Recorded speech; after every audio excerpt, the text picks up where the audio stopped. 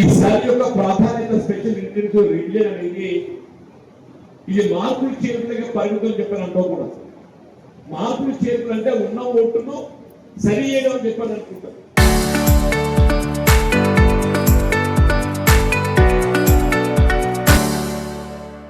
కొంతమంది ఏమనుకుంటారు కదా అంటే మా ఓటు అయితే ఉన్నది కదా, మేము మళ్ళీ నమోదు చేసుకోవాల్సిన అవసరం ఏమున్నది, ఉన్నది ఉన్నట్టు ఉంటుంది, అదనంగా చేసుకుంటారా, లేదా మార్పులు చేతులు కావాలనుకుంటారా చెప్పని అనుకుంటారు.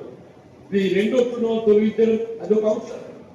కానీ ప్రజల పక్షాన్ని నిలబడి పోరాటం చేసుకోడు, ఇలా ప్రజా సమస్యల పట్ల ఏదైతుందో వీళ్ళ అధికార యంత్రాంగం నిలదీసినోడు, వీళ్ళ నిరుపేద వర్గాల పట్ల నిలబడి ప్రశ్నించేటోడు మా రౌడీ అంటున్నాడు. మరి ఏం చేయాలని చెప్పేది నాకు అర్థం కాదు.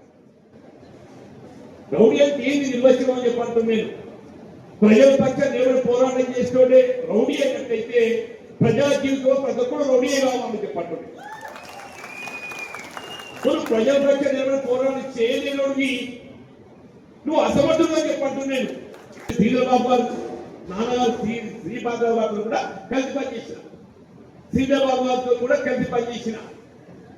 అటువంటి ఒక కుటుంబ నేపథ్యం మనకి ఏదైతుందో రాజకీయానికి గుర్తింపు ఉంటుంది అని మీరంతా అండగా నిలవాలి. రేపు టిఆర్ఎస్ పార్టీ కేసీఆర్ గారి నాయకత్వంలో తెలంగాణ రాష్ట్రంలో ఏదైతుందో ప్రభుత్వం ఏర్పాటు కాబడటానికి జైత్ర యాత్ర విజయ దంక ఏదైతుందో మంత్రి నియోజకవర్గం ఉండాలని చెప్పంటున్నాను. నాకు తప్పకుండా చెప్తాను నిశ్చాతం చెప్పంటున్నా. ఎవరెక్కువ వాగ్దానాలు చేసి అధికారానికి వస్తారు, వీళ్ళ ప్రజానిగా ఎవరు ఎక్కువ వీళ్ళు విశ్వాసం కలిగించి ఏదో చేస్తే భ్రమలు కలిగిస్తారో అది చేయలేనప్పుడు వీళ్ళు బాగా ముందు ఓడిపోయినాడు వాళ్ళు చెప్పండి.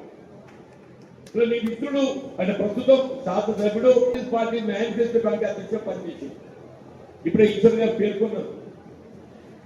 కాంగ్రెస్ పార్టీ వీళ్ళ ఎన్నికల ప్రణాళిక సంఘ అధ్యక్షుడు అంటే ఎలక్షన్ మేనిఫెస్టో కమిటీ అధ్యక్షుడు పనిచేసినావు.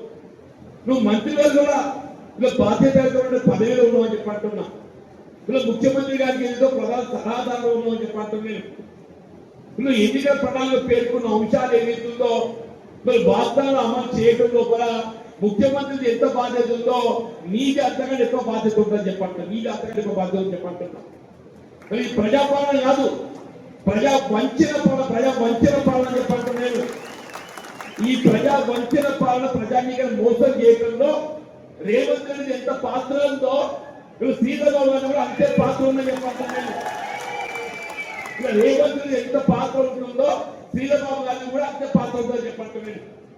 ఇప్పుడు ఈశ్వర్ గారు పేర్కొన్నదే వరిధాన్యం తూకం లోపల చేస్తుందో రైతులు దగా చేయబడుతున్నాడు. మరి అది అరకలేక బాధ్యత నీపై లేదా ఒక ఎమ్మెల్యేగా మంత్రిగా నువ్వు దాన్ని ఎందుకు అరకలేకపోయినా చెప్పంటున్నాను.